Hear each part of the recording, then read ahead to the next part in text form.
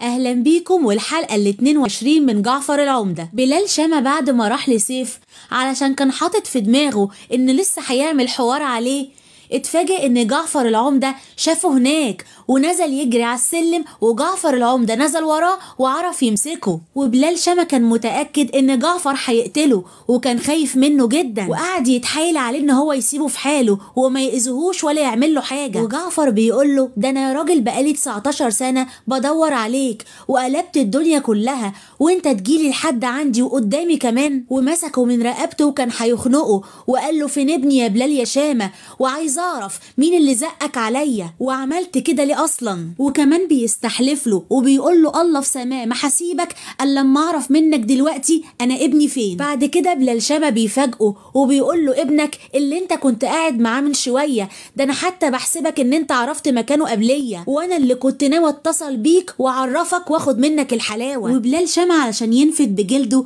كان لازم يعمل كده ويفهم جعفر ويقول له كل حاجه، وعرفه ان هو زمان اللي خطف ابنه وعطاه لفاطمه اللي هو سيف لحد دلوقتي فاكر ان هي امه، وهي ما قتلتهوش وفضلت مربياه عندها لحد دلوقتي لحد لما كبر. ولما بيفاجئه وبيقول له اللي زقتني اعمل كده يا جعفر واخطف ابنك واحده من حريمك من عندك من اهل بيتك، وبيقول له هي دلال. جعفر ساعتها مش بيصدق ودانه علشان دلال دي حب عمره وازاي هان عليها طول السنين دي، وشايفه جعفر قدامها كل يوم وهو قلبه بيتقطع وبيدور على ابنه. وهنا جعفر هيبتدي ياخد بلال شامة لصفه علشان يبلغه بكل تحركات دلال، وكمان بيأكد عليه ويقول له اوعى تعرفها ان انت قابلتني او حكيت لي او عرفتني اي حاجه. وجعفر بيعمل كده علشان لو دلال ناويه تعمل اي حاجه يبقى جعفر عنده علم بيها ويقدر يأمن سيف. بلال شامة بيسمع كلام جعفر وبينفذ تعليماته بالحرف الواحد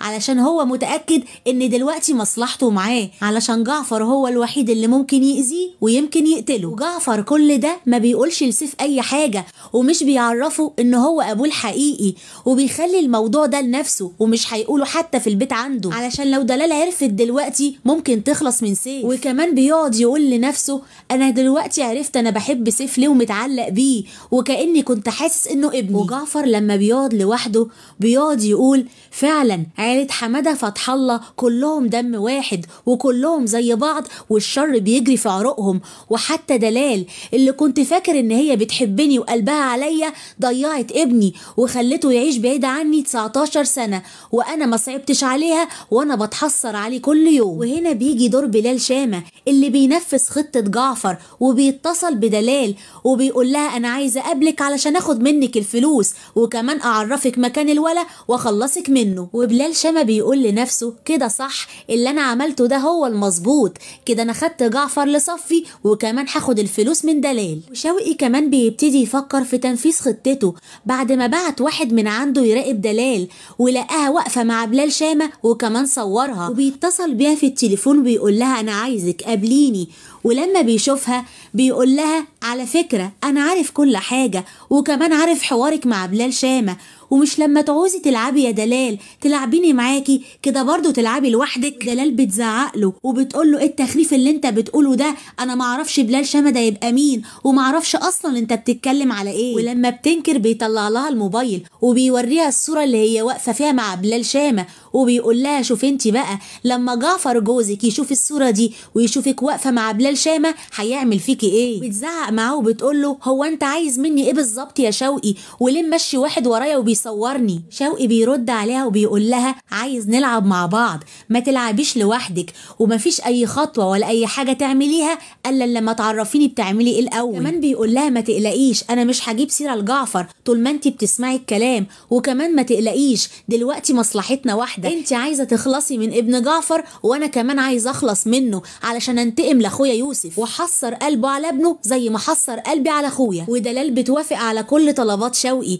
بعد كده بتروح على عنوان اللي عطاه لها بلال شامة علشان تعرف مين هو ابن جعفر، ولما بيفتح لها الباب بتلاقيه سيف اللي دايما بيجي لجعفر في البيت وبيقول لهم عليه ده صاحبي. وشوقي كل ده كان بيراقب دلال وعرف كمان بمقابلتها مع سعد اللي عطته فلوس عشان يخلص من بلال شامة، وسعد كل ده كان ماشي بالعربية وشوقي ماشي وراه، بس هو حس ان في حد بيمشي وراه ووقف بعربيته وطلع مسدسه ووقف وثبت شوقي وقال له انت عايز ايه يا راجل انت مني وقول لي حكايتك. وشوقي ساعتها هداه وقال له ما تقلقش يا عم انت مصلحتك معايا انا جاي انفعك مش اضرك. وكمان قال له انا عارف ان دلال عطشاك فلوس علشان تخلص من بلال شامة وانا هديك اضعاف اللي هي عطتهولك بس توصلني لمكانه من غير ما تأذيه. وسعد بيسمع كلام شوقي وبياخد منه فلوس وبيعرفه مكان بلال شامة وما بيقتلهوش. لما شوقي بيقابل بلال بيقول له انا عايز اعرف منك مكان ابن جعفر علشان يبقى تحت ايدي. ساعتها بلال شامة قال له دلال اختك هتدفع لي 15 مليون جنيه وانا اخلصها منه انت بقى هتدفع لي كام؟ وشوقي بيقول له انا هديك ضعف اللي هي هتديهولك بس ما تاذيش الولا علشان يبقى تحت ايدي. وطبعا ما حدش منهم يعرف ان بلال شامة دلوقتي بقى في صف جعفر العمدة وطلع يجري عليه وحكى له على اللي حصل معاه وقال له شوقي طلب منه ايه بالظبط. ساعتها جعفر قال له انت لازم تجاريه وتعمل له اللي هو عايزه وتعرفني خطوة بخطوة هو هيعملها. ودلال هتنزل تقابل شوقي تاني وتقول له انا عايز اعرف انت كمان بتفكر في ايه وناوي تعمل ايه بالظبط. لكن شوقي بيسكتها وبيقول لها مالكيش دعوه انت اللي عليكي تنفذي كلامي وبس. وكمان دلوقتي دلال بتبقى خايفه جدا من شوقي علشان خايفه في اي لحظه يروح يقول لجعفر وعارفه ان هي بقت تحت رحمته فبتفكر تروح لابوها حماده فتح الله في المحل وتحكي له على كل اللي حصل واللي عملته زمان. ونرجس كل ده مراقبها من بعيد وشافتها راحت على محل حماده فتح الله. بعد كده طلعت تجري على صفصف وقالت لها انها شافت دلال هناك. وصفصف بعد كده بتبتدي تراقب دلال وبتتصنت عليها وبتسمعها وهي بتتكلم في التليفون مع اخوها شوقي وبتقول له انها قابلت بلال شامة. وهنا صفصف بتفهم ان هي كان ليها يد في خطف ابن جعفر زمان وبتجري على جعفر وبتحكي له اللي سمعته. لكن جعفر بيقول لها انا عارف كل اللي بيحصل ده وبيطلب منها انها ما تجيبش سيره لحد. يقول لها يا صفصف انت كان عندك حق في كل كلمه قلتيها وفعلا كان المفروض ابعد عن عيله حماده فتح الله وكلهم زي بعض. سعده الخدامه بعد ما اتطردت من عند صفصف وراحت لكارم وهم كمان طردوها وقالوا لها على الله تعتبي هنا تاني ما بقتش لاقيه حته تروح لها وفكرت ان هي ترجع لصفصف وتستسمحها. وكمان كانت هتعرفها هي كانت بتشتغل لحساب مين ومين اللي زقها عليهم. لكن شوقي كان مراقبها وقرر يخلص منها علشان ما تفضحهمش عند جعفر وعمل حادثه عربيه وداسها فيها. بلال شامة وجعفر بعد كده قربوا من بعض جدا واي حاجه جديده بتحصل بلال شامة بيروح يحكيها لجعفر.